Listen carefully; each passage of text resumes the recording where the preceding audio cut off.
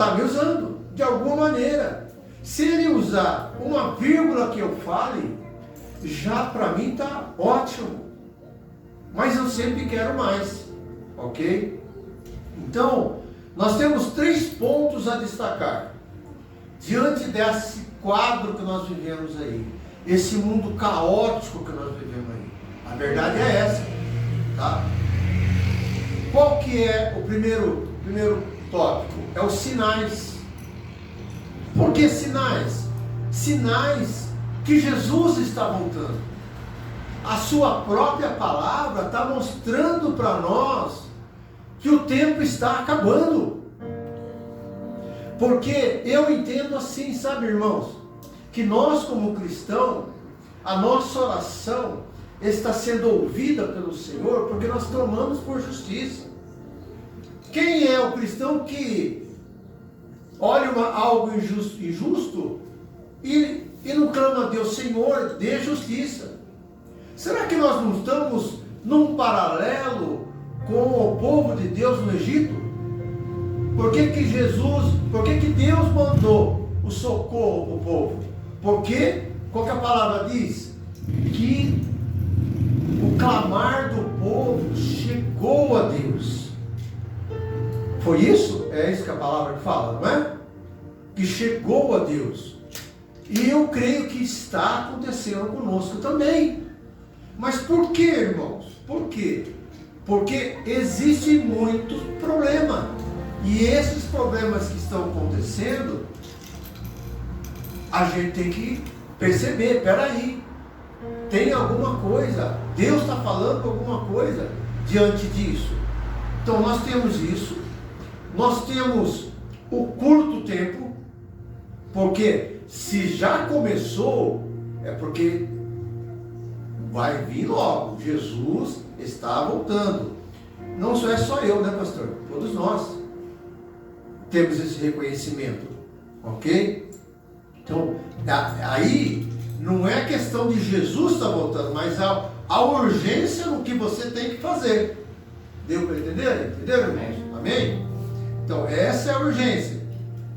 Então, dentro dessa urgência, o que nós precisamos refletir? Estamos fazendo o correto? Como é que nós estamos fazendo? Estamos fazendo com excelência ou não com excelência? Nós temos que entrar em reflexão. Sempre. Porque o Senhor, a cada passo que nós damos, a cada crescimento da fé, a cada crescimento da nossa santidade, Deus nos muda. Eu creio assim, irmãos. Nós estamos em julho, quase agosto. Eu sou um homem diferente de janeiro. Todos nós temos que ser assim. Temos que refletir. Eu melhorei, eu mudei, eu transformei a minha vida. Então nós temos que buscar o nosso crescimento. Por quê? Quanto mais nós crescemos, mais Deus nos usa. É assim que funciona. Deus dá mais capacidade. Então, por esse motivo mesmo, a gente está aqui batalhando no ensino. Não só nos cultos, das pregações. Eu sinto falta quando eu não venho no culto. Parece que falta algo, sabe? Parece que eu deixei de me alimentar. E é essa condição que nós devemos ter. Ok? Para andar nas obras, então nós precisamos entender e identificar os problemas. Nós não podemos ficar cegos pelo que acontece ao nosso redor. Não podemos ficar cegos. Acontece, irmão, que muitas almas, elas estão, almas perdidas, elas estão sendo enganadas. Muitas almas perdidas são carentes de Deus. E são, às vezes, levadas ao engano de muitos. Então, a nossa batalha espiritual quando nós tratamos, porque quando nós fazemos o evangelismo, quando nós falamos de Deus para outras pessoas, nós estamos diante de uma batalha espiritual. E essa batalha espiritual nós temos que conhecer bem o que está acontecendo. Então, irmãos, o que nós precisamos? Nós precisamos estar claros, sempre claros. Eu até coloquei aqui Isaías 6, 8, o que Isaías disse: eis-me aqui e envia-me a mim. É isso que tem que ter na nossa cabeça.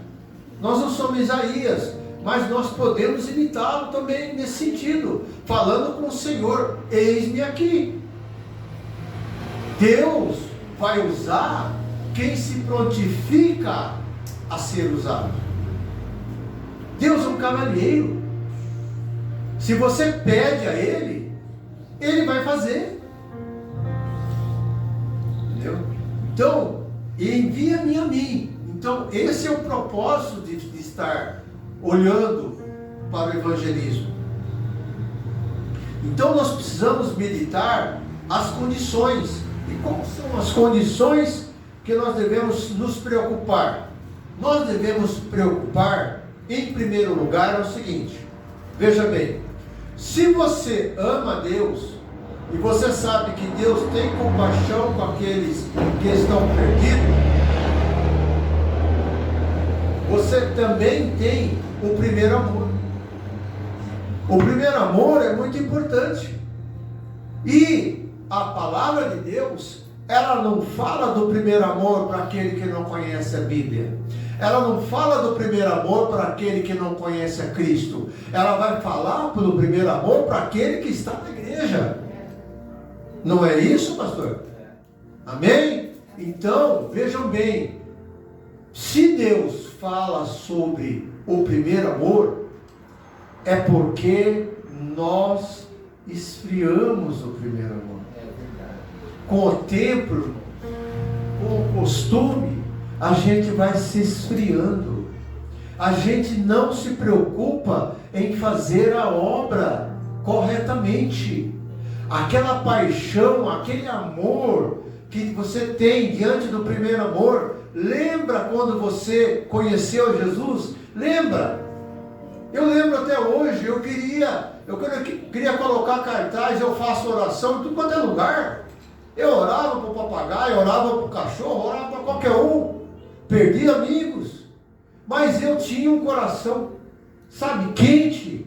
Aquela coisa eu não via a hora de chegar o momento de ir para a igreja, de ouvir, de conhecer, de entender. Então é o primeiro amor. E isso, muitas das vezes, ele esfria. Por que ele esfria o primeiro amor? O primeiro amor esfria com o decorrer do tempo.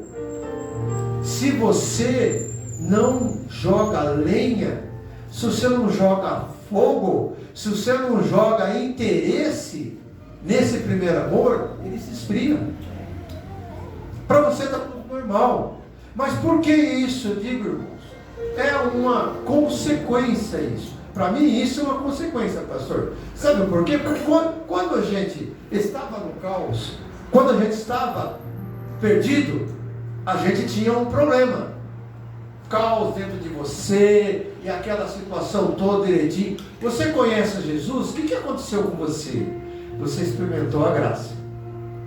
Você experimentou o amor. Você experimentou a paz que excede todo entendimento. Você experimentou o Senhor Jesus na sua vida, direcionando, te encaminhando, te dando forças. Situações que você às vezes está descontrolado, hoje você não se controla mais. Mas isso é bom, ótimo, é maravilha. Só que tem um problema. O ser humano se acostuma.